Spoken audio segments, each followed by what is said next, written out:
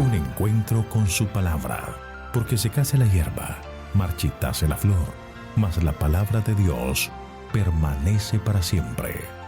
Con ustedes, el doctor José Ricardo Arias Quintero.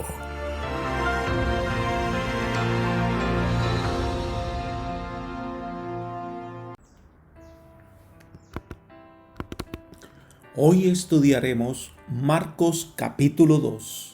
Jesús sana a un paralítico. Para ello vamos a orar. Querido Señor, en este momento especial queremos acercarnos a ti para pedirte, Señor, que derrames tu gracia sobre cada uno de nosotros, para pedirte, Señor, que nos des sabiduría y entendimiento para que al estudiar tu palabra podamos entender el mensaje que tienes para nosotros. Bendícenos, Señor, al abrir tu palabra, llénanos del poder de tu Espíritu. Gracias por escucharnos, lo pedimos en Jesús. Amén. Jesús, el Hijo de Dios, vino a esta tierra, nos mostró por precepto y por ejemplo cómo es Dios y transformó para siempre el curso de la historia humana. Sin duda alguna, Él es la persona más influyente en los anales de los siglos. Su influencia abarca a cada persona de todas las edades, todas las clases sociales y todo lugar. Nadie es demasiado joven o demasiado viejo. Nadie es demasiado débil o demasiado fuerte, demasiado pobre o demasiado rico, demasiado abatido o demasiado exitoso para que Jesucristo no pueda transformarlo en una persona mejor. Y transformados por Él, cambiar el mundo en un lugar mejor, más amable, más noble. El libro de Marcos es el relato de Jesús, de alguien que fue testigo de los hechos, alguien cuya propia vida fue cambiada por el Maestro. El capítulo 2 de Marcos nos llevará a conocer a ese Jesús que tiene la autoridad del cielo para traer alivio y respuestas al ser humano. La primera sección de este capítulo son los versículos 1 al 12, que son el relato del sanamiento del paralítico. Leamos los versículos 1 y 2. Después de algunos días Jesús entró otra vez en Capernaum. Cuando se supo que estaba en casa, inmediatamente se juntaron muchos, de manera que ya no cabía ni aún a la puerta y les predicaba la palabra. El primer viaje misionero de Jesús había concluido. Estaba de vuelta en Capernaum, que llegó a considerarse su ciudad. Allí permanecía la mayor parte del tiempo. Este puerto marítimo era el hogar de Pedro, uno de los más cercanos discípulos. Cristo, desde que había sanado al leproso, su tarea, su obra era muy agotadora. Atendía a las personas y venía tanta gente a él que debía predicar fuera de las aldeas. Ahora regresa a Capernaum para seguir su ministerio. Pero pronto se regó la voz que Jesús estaba en esa ciudad y entonces vino mucha gente a donde él estaba. Podemos imaginarnos a la cantidad de personas que deseaban escuchar a Jesús, tanto que no cabían en la casa. Allí junto a él estaban los discípulos que eran educados para continuar el ministerio de Jesús cuando él tuviera que regresar a la casa del Padre. Pero también habían venido de Jerusalén y de otras partes, fariseos y maestros de la ley, para ver qué decía este nuevo maestro para poderlo entrampar. Estaban cerca a Jesús, pero no sentían necesidad de sanidad, no buscaban la solución a sus problemas. Pero también había una multitud de toda clase, ricos, pobres, educados, trabajadores, curiosos e incrédulos. Querían escuchar al maestro, pero muchos no venían a buscar vida en Jesús. Pero el evangelista enfatiza que había tanta gente que no cabía ni en la puerta. Es decir, un grupo muy grande de personas habían venido para escucharle. Elena de White hace la siguiente descripción. Jesús estaba enseñando en la casa de Pedro. Según su costumbre, los discípulos estaban sentados alrededor de él, y los fariseos y doctores de la ley estaban sentados, los cuales habían venido de todas las aldeas de Galilea y de Judea y Jerusalén. Habían venido como espías buscando un motivo para acusar a Jesús. Fuera del círculo de estos oficiales se hallaba la turbamulta compuesta de los ansiosos, los reverentes, los curiosos y los incrédulos. Estaban representadas diversas nacionalidades y toda la escala social, y la virtud del Señor estaba allí para sanarlos. El espíritu de vida se cernía sobre la asamblea, pero los fariseos y doctores no discernían su presencia, no sentían necesidad alguna y la curación no era para ellos. A los hambrientos hinchió de bienes y a los ricos envió vacíos. Libro El deseo de todas las gentes, página 233. Una multitud variada de personas, cada una con sus propias expectativas, estaban allí presentes. Es en este contexto que se describe brevemente la historia de un paralítico que es traído por 4 amigos. Leamos los versículos 3 y 4 de Marcos capítulo 2. Entonces vinieron a él unos trayendo a un paralítico que era cargado por 4, y como no podían acercarse a él a causa de la multitud, quitaron parte del techo de donde él estaba y a través de la abertura bajaron la camilla en que yacía el paralítico. La historia de este hombre debe llamarnos profundamente la atención debido a que su enfermedad era particular y el sanamiento que buscaba era el del corazón. La enfermedad era el resultado del pecado y de la terrible aflicción de su corazón. Su mente llena de culpabilidad lo había postrado en cama. Elena de White comenta: como el leproso estaba el paralítico que había perdido toda esperanza de restablecerse. Su enfermedad era el resultado de una vida de pecado y sus sufrimientos eran amargados por el remordimiento. Mucho antes había apelado a los fariseos y doctores con la esperanza de recibir alivio de sus sufrimientos mentales y físicos, pero ellos lo habían declarado fríamente incurable y abandonado a la ira de Dios. Los fariseos consideraban la aflicción como una evidencia del desagrado divino y se mantenían alejados de los enfermos y menesterosos. Libro El deseo de todas las gentes, página 232. Este hombre estaba sumido en la desesperación y sentía que su vida no había esperanza y que lo que pasaba era el castigo de un Dios que no iba a perdonar su pecado. Fue cuando oyó hablar de Jesús, de su poder maravilloso, de sus palabras de salvación. Oyó que otros tan pecadores e imposibilitados que él habían encontrado sanidad, que aún los leprosos, recordemos que la lepra se la consideraba el azote de Dios, el dedo de Dios, eran sanados por Jesús.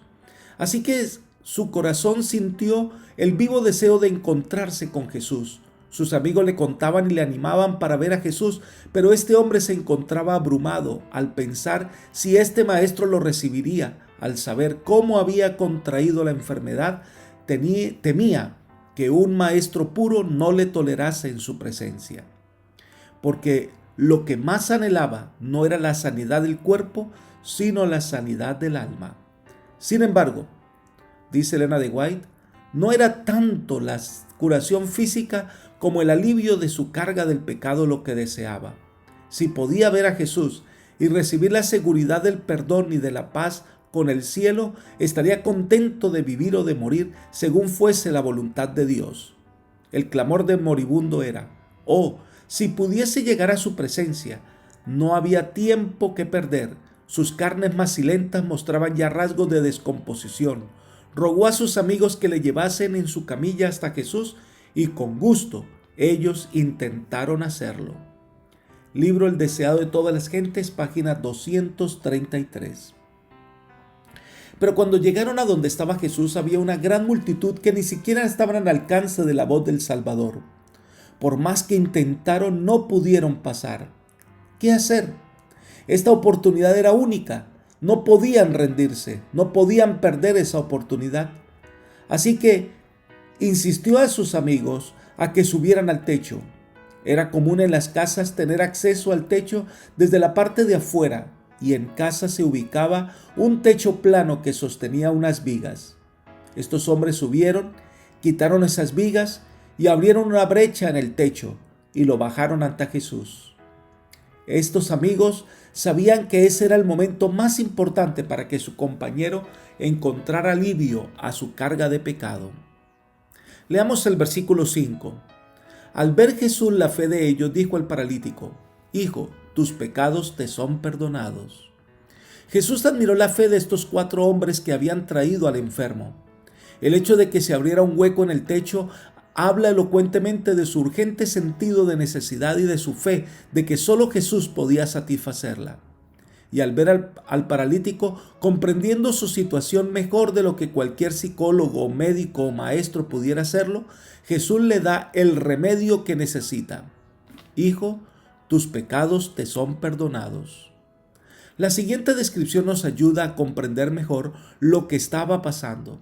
El Salvador miró el rostro entristecido y vio los ojos suplicantes que se clavaban en él.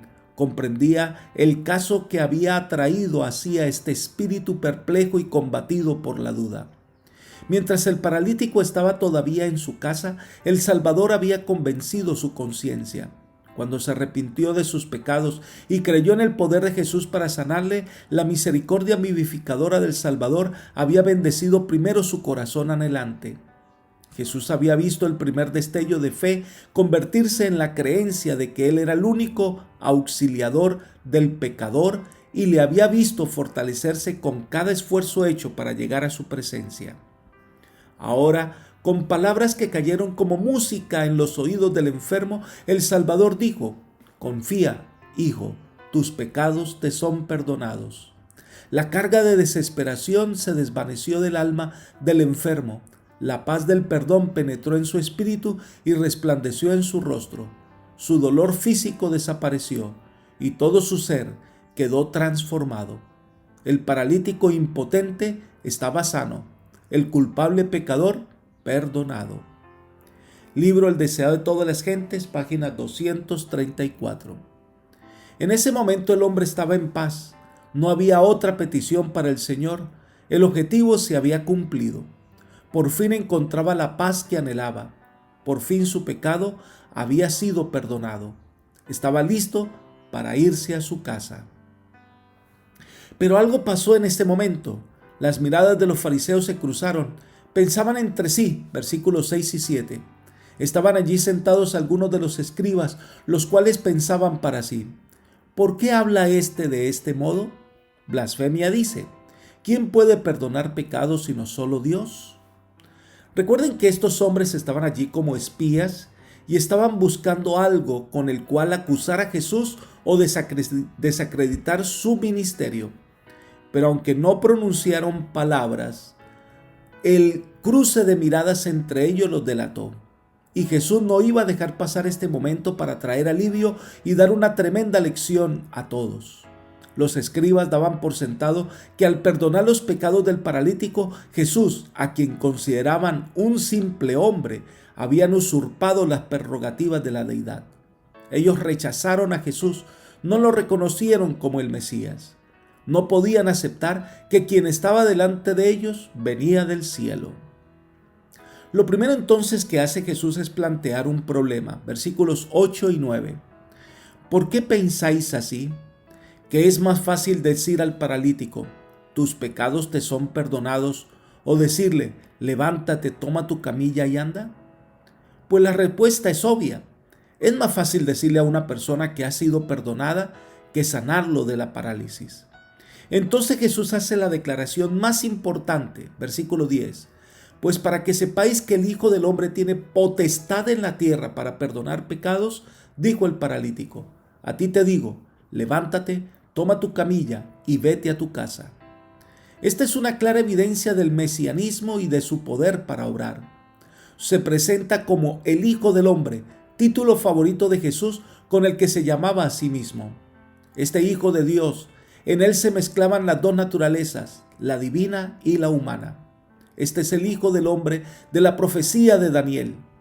Tiene potestad, del griego exousia, autoridad, potestad.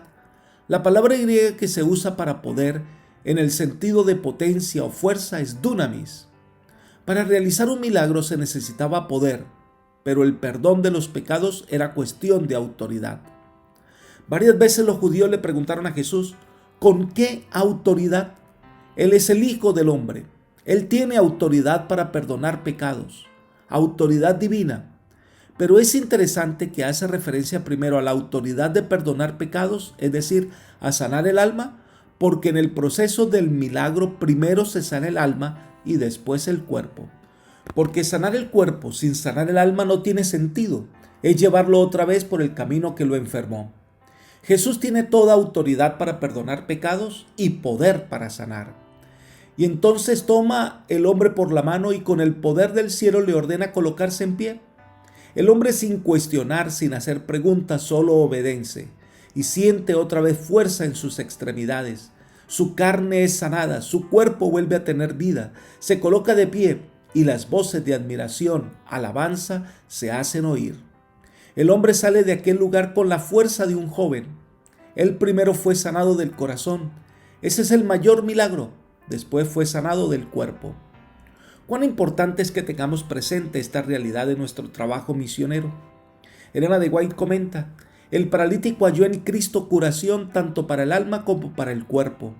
La curación espiritual fue seguida por la restauración física.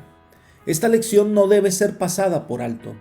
Hay hoy día miles que están sufriendo de enfermedad física y que, como el paralítico, están anhelando el mensaje: tus pecados te son perdonados.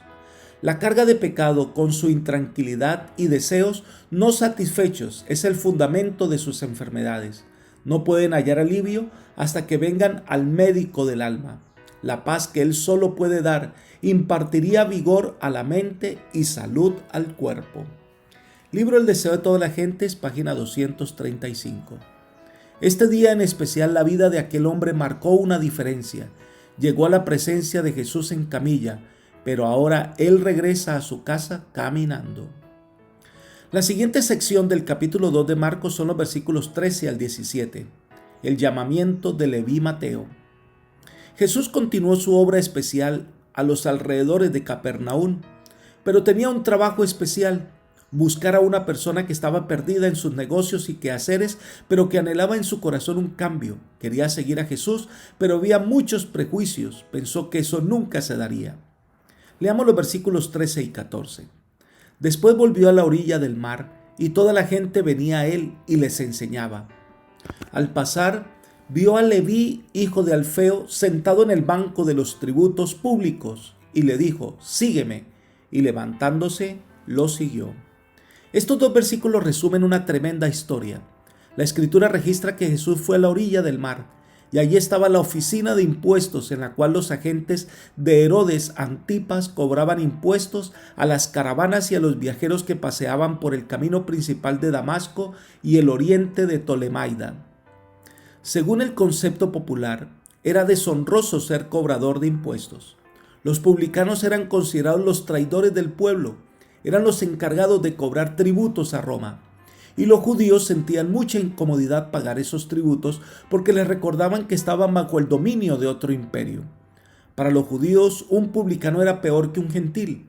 Con frecuencia no solo eran instrumentos de la opresión romana, sino que también eran extorsionadores que actuaban por su propia cuenta, usando su poder oficial para oprimir y defraudar a la gente.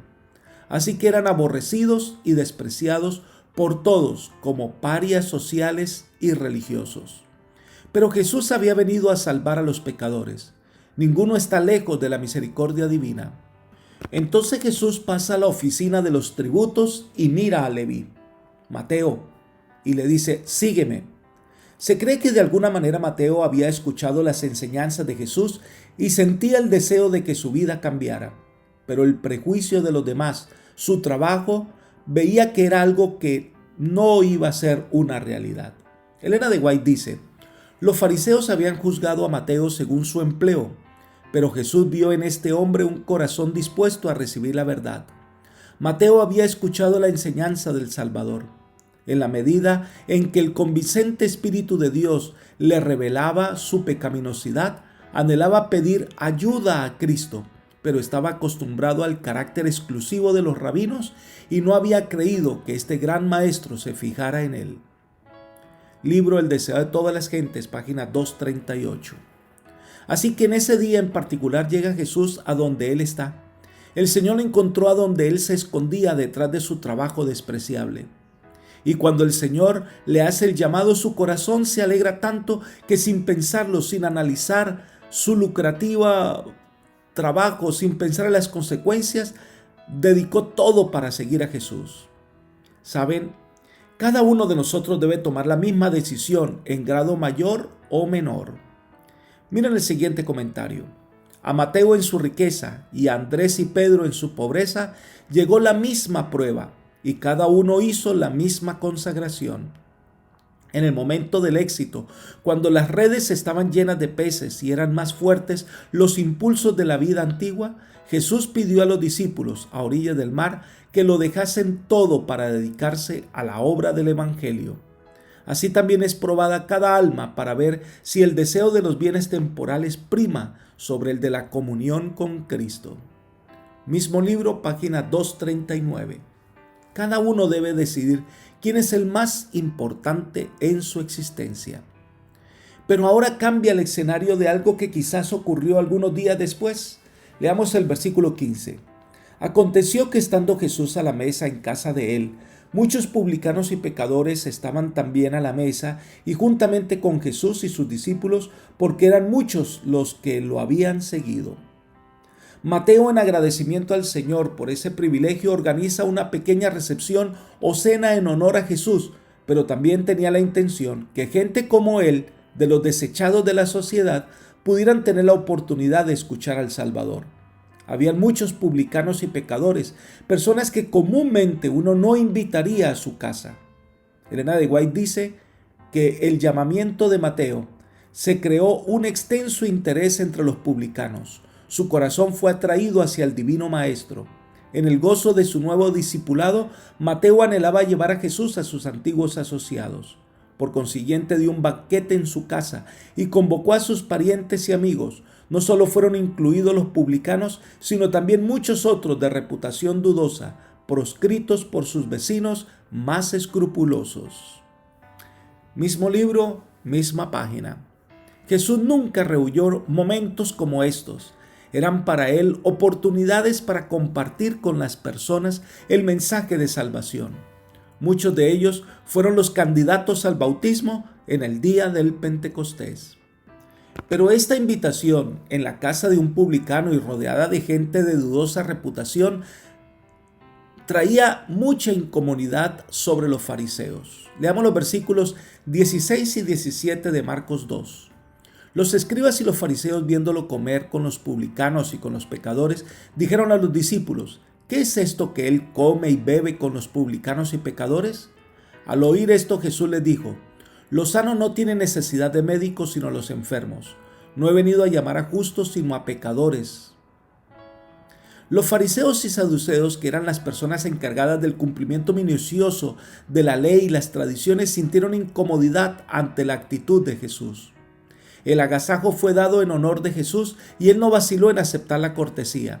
Bien sabía que esto ofendería al partido farisaico y comprometería a los ojos del pueblo. Pero ninguna cuestión de política podía influir en sus acciones. Para él no tenía peso las distinciones externas. Lo que atraía a su corazón era un alma sedienta del agua viva. Así que estos hombres vinieron y hablaron con los discípulos, cuestionando a Jesús y sembrando duda en la mente de ellos. Al quejarse a los discípulos, los escribas esperaban que ellos perdieran su respeto por el Maestro. Es más, enfatizan que come y bebe con publicanos y pecadores, enfatizando que era una infracción de la ley ritual que implicaba una impureza ceremonial. Pero Jesús se da cuenta de la situación y sale en auxilio de sus discípulos. Y como un ejemplo claro, los médicos tienen el deber de atender a los enfermos. Todos los que están enfermos acuden al médico. Los que están sanos no buscan al médico. Él es el médico de los médicos. Él debe estar donde están los enfermos, donde están los que están infectados por el virus del pecado. En este caso, Jesús vino a salvar a los pecadores. Los que son justos o se creen justos, pues no solicitan la ayuda del médico divino, sino los que se sienten enfermos del pecado. Si Jesús hubiera venido a salvar a los que ya eran justos, no podría ser un verdadero Salvador. La prueba de su misión como Salvador de los hombres dependía de lo que podían hacer en favor de los pecadores. Elena de White concluye: los fariseos pretendían ser espiritualmente sanos y por lo tanto no tener necesidad de médico, mientras que consideraban que los publicanos y los gentiles estaban pereciendo por las enfermedades del alma. ¿No consistía pues su obra como médico en ir a la clase que necesitaba su ayuda? Pero aunque los fariseos tenían tan alto concepto de sí mismos, estaban realmente en peor condición que aquellos a quienes despreciaban. Los publicanos tenían menos fanatismo y suficiencia propia y así eran más susceptibles a la influencia de la verdad. Jesús dijo a los rabinos: andad pues y aprended qué cosa es misericordia quiero y no sacrificio. Así demostró que mientras aseveraban exponer la palabra de Dios, ignoraban completamente su espíritu. Libro El deseo de todas las gentes, página 241. La verdad es que todos estamos infectados por el mismo mal y a todos el Señor vino a salvar sin distinción de raza, credo o posición social.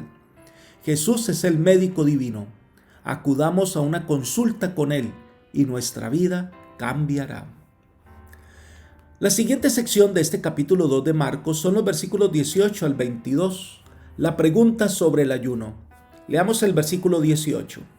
Los discípulos de Juan y los demás fariseos estaban ayunando. Entonces fueron y le preguntaron: ¿por qué los discípulos de Juan y los de los fariseos ayunan y tus discípulos no ayunan? Ante la controversia generada en la casa de Mateo, los fariseos no pudieron responder a Jesús. Entonces incitan a otros para que vengan a cuestionar las actitudes de Jesús. Prestemos atención al siguiente comentario de Elena de White. Los fariseos fueron acallados por el momento, pero quedaron tanto más resueltos en su enemistad. Buscaron luego a los discípulos de Juan el Bautista y trataron de levantarlos contra el Salvador. Esos fariseos no habrían aceptado la misión del Bautista. Habían señalado con escarnio su vida abstemia, sus costumbres sencillas, sus ropas burdas y le habían declarado fanático. Pero ahora que Jesús había venido y andaba entre la gente comiendo y bebiendo en sus mesas, le acusaban de glotón y bebedor. Los mismos que hacían esa acusación eran culpables. Así como Satanás representa falsamente a Dios y le reviste de sus propios atributos, la conducta de los mensajeros de Dios fue falseada por esos hombres perversos. Libro El deseo de todas las gentes, página 241. En ese momento el ayuno se había convertido en algo meritorio. Los fariseos estrictos ayunaban 2 veces a la semana, el segundo y el quinto día. No se tenía clara la razón de tales prácticas. Ahora, por su parte, los discípulos de Juan no entendían de todo el ministerio de Cristo. Estaban pasando por un momento difícil. Su maestro, Juan el Bautista, estaba preso. Así que quizás ellos estaban ayunando cuando vinieron a hablar con Jesús. Entonces Jesús les dijo, versículos 19 y 20, ¿acaso pueden ayunar los que están de bodas mientras está con ellos el esposo?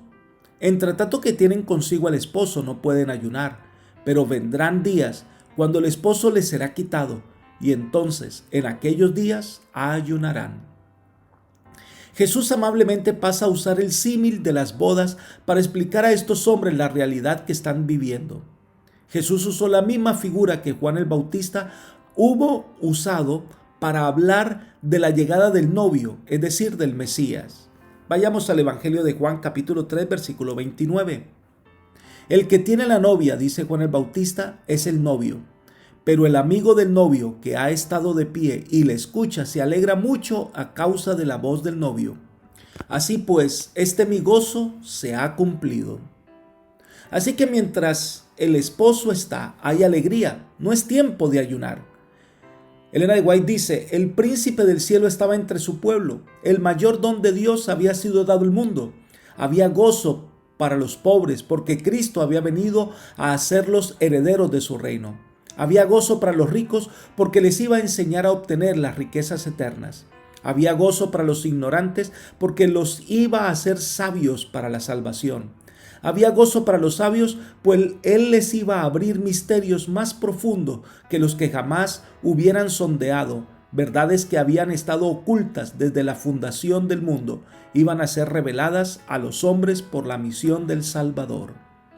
Mismo libro, página 242. Este es un tiempo de regocijo, de alegría. Pero cuando llegue el momento de la crucifixión de Jesús, su muerte, los discípulos llorarían y ayunarían. Y aunque saldría de la tumba para regocijo de todos, Él volvería al cielo y ellos quedarán aquí para llevar adelante su obra. En ese momento, el ayuno será necesario. Miren lo que sigue diciendo Elena de White. Sin embargo, iban a venir días de tentación y prueba cuando serían puestos en conflicto con los gobernantes de este mundo y los dirigentes del reino de las tinieblas. Cuando Cristo no estuviera personalmente con ellos y no alcanzaran a discernir el Consolador, entonces sería más apropiado para ellos ayunar. Mismo libro, página 243. Jesús nunca actuará en contra de las mismas especificaciones que ha dado en la ley de Dios. El problema que siempre enfrentó es el que tiene que ver con las tradiciones a las que le daba más importancia que la ley de Dios. Aquí el Señor corrige estos conceptos y pone en su verdadera perspectiva el ayuno. Entonces usa otros símiles importantes para explicar su punto. Versículo 21 y 22. Nadie pone remiendo de paño nuevo en vestido viejo. De otra manera, el mismo remiendo nuevo tira de lo viejo y se hace peor la rotura. Y nadie echa vino nuevo en odres viejos. De otra manera, el vino nuevo rompe los odres. El vino se derrama y los odres se pierden. Pero el vino nuevo en odres nuevos se ha de echar. Es una necedad tratar de intentar remendar el viejo manto del judaísmo con el tejido nuevo de las enseñanzas de Jesús. El judaísmo con sus tradiciones se había convertido en un vestido viejo, mientras que el manto del evangelio era fresco e importante. Algunos discípulos de Juan el Bautista todavía practicaban algunas de estas tradiciones judaicas, y el Señor les está mostrando la inutilidad de entretejer la buena nueva del reino de los cielos con las delgadas observancias de la tradición judaica. Y entonces, para reforzar el concepto, usa la comparación del vino nuevo y el odre viejo. El vino nuevo representa la verdad vital de Dios obrando en los corazones de los hombres. El odre, que se hacía con piel de ovejas o de cabras, estos odres viejos perdían su elasticidad original y se resecaban y endurecían. Tal era la condición del judaísmo en el tiempo de Cristo. Quizás lo que se necesita son recipientes nuevos de la verdad del Evangelio para que pueda hacer un efecto positivo. Elena de White dice: toda la verdad que había sido dada al mundo por los patriarcas y los profetas resplandecía con nueva belleza en las palabras de Cristo. Pero los escribas y fariseos no deseaban el precioso vino nuevo. Hasta que no se vaciasen de sus viejas tradiciones, costumbres y prácticas, no tenían en su mente o corazón lugar para las enseñanzas de Cristo. Se aferraban a las formas muertas y se apartaban de la verdad viva y del poder de Dios. Mismo libro, página 245. El Señor espera que su gracia y su verdad puedan llegar al corazón y hacer los cambios necesarios para que nuestra vida pueda ser el recipiente del poder del Espíritu Santo. La última sección de este capítulo de Marcos son los versículos 23 al 28. Los discípulos arrancan espigas en sábado. Leamos el versículo 23. Aconteció que al pasar él por los sembrados un sábado, sus discípulos mientras andaban comenzaron a arrancar espigas. Los discípulos no estaban caminando entre los cereales pisoteándolos, sino por una senda que cruzaba por los campos. Casi con seguridad, lo que había allí era un sembradío de trigo o cebada. Ellos entonces, teniendo hambre, fueron y tomaron algo, lo restregaron con sus manos para quitarle la cáscara y poder comer. Leamos el versículo 24. Entonces los fariseos le dijeron: mira, ¿por qué hacen en sábado lo que no es lícito? Este es el cuarto encuentro de Cristo con los fariseos y escribas que se registra desde el comienzo de su ministerio en Galilea. El acto de los discípulos llama la atención de los fariseos porque ocurre en sábado. Algunos usan estos incidentes para dar a entender que Jesús vino a rechazar las leyes del Antiguo Testamento o para actuar en contra de la observancia del sábado. Pero olvidan que Jesús repetidamente afirmó la naturaleza eterna de la vigencia de la ley moral y también reconocía la validez de la ley ritual de Moisés como aplicable a los judíos en ese tiempo. Un estudio juicioso del texto nos muestra que Jesús estuvo en conflicto con los dirigentes judíos respecto a la validez de las leyes y tradiciones hechas por los hombres. Cristo asumió una actitud de rechazo y oposición frente a estos requerimientos que, sin duda, muchos de sus contemporáneos habían llegado a considerar aún como más esenciales para la piedad que las leyes que el Señor dio en el Decálogo. Era un sistema de salvación por las obras que estaba en conflicto mortal con la justificación por la fe. Elena de White dice: en los días de Cristo, el sábado había quedado tan pervertido que su observancia reflejaba el carácter de hombres egoístas y arbitrarios, más bien que el carácter del amante Padre Celestial.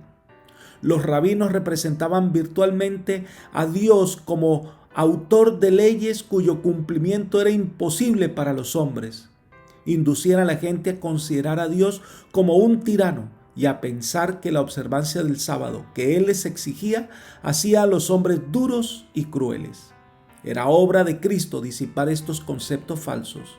Aunque los rabinos le perseguían con una hostilidad implacable, ni siquiera aparentaban conformarse a sus requerimientos, sino que seguía adelante, observando el sábado según la ley de Dios. Libro El deseo de todas las gentes, página 250. Jesús responde a esta acusación con una pregunta, versículos 25 y 26. Pero él les dijo: ¿nunca leíste lo que David hizo cuando tuvo necesidad y sintió hambre, él y los que con él estaban? ¿Cómo entró en la casa de Dios siendo Abiatar sumo sacerdote y comió los panes de la proposición, de los cuales no es lícito comer sino a los sacerdotes, y aún dio a los que con él estaban? Jesús quiere decir que en el estudio de las Escrituras que hacían ellos, pasaban por alto la lección implícita del episodio que él estaba por referir. Las leyes sagradas y las cosas pertenecientes al santuario habían sido ordenadas para el bien del hombre, y en el caso de que alguna vez estuvieran en conflicto con los mejores intereses humanos, debía subordinarse a lo que era más necesario para el hombre.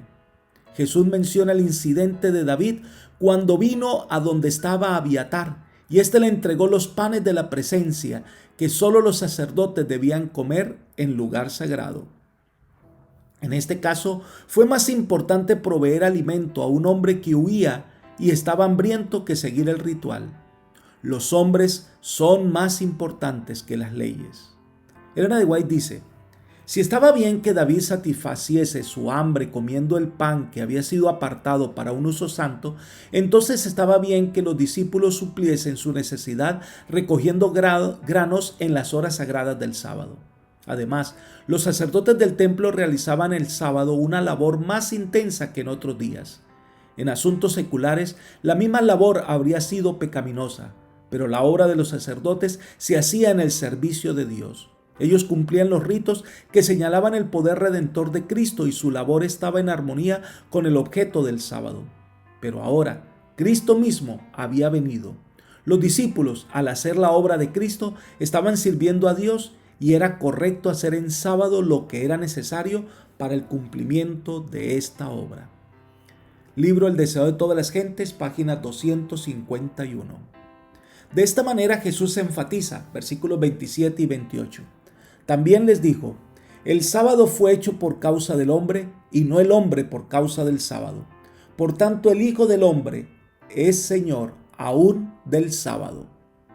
El sábado fue designado y ordenado por un amante creador para el bienestar de la humanidad. El sábado fue creado para que el hombre pudiera ser feliz.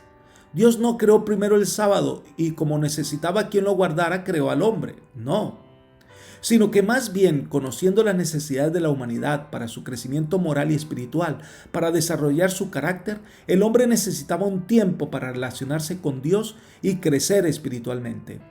El día de reposo fue ordenado por Dios para suplir esa necesidad. Dios dispuso que el sábado fuera una bendición y no una carga. Son los innumerables requisitos de los rabinos lo que hacía del sábado una terrible carga, pero Dios deseaba que entendamos que el sábado es una bendición para nosotros. Ahora, Jesús es el Señor del sábado y como creador del sábado sabe lo que es apropiado para ese día. Por ende, los fariseos estaban excediendo sus prerrogativas. La iglesia no tiene derecho a recargar el sábado con restricciones opresivas como hacían los fariseos. El hombre no tiene derecho a manejar a su antojo el día que Dios eligió, ya sea que se trate de un fariseo o de un eclesiástico cristiano. El sábado es una bendición para el hombre y Dios desea que todos disfrutemos de sus horas sagradas para crecer en la fe. Y concluye Elena de White: entonces el sábado es una señal del poder de Cristo para santificarnos. Es dado a todos aquellos a quienes Cristo hace santos. Como señal de su poder santificador, el sábado es dado a todos los que por medio de Cristo llegan a formar parte del Israel de Dios. Deseado de todas las gentes, página 255. Apreciados amigos y hermanos, hemos visto a través del estudio de la palabra de Dios a Jesús fortaleciendo nuestra fe. Cada vez que tenemos un encuentro con el Señor nos limpia de maldad y nos lleva por el camino de la obediencia. De esta manera, el sábado es un medio para una relación estrecha con el Señor. Que hoy el Señor te bendiga, te guarde y te guíe por sendas de justicia. Es mi oración por ti. Amén.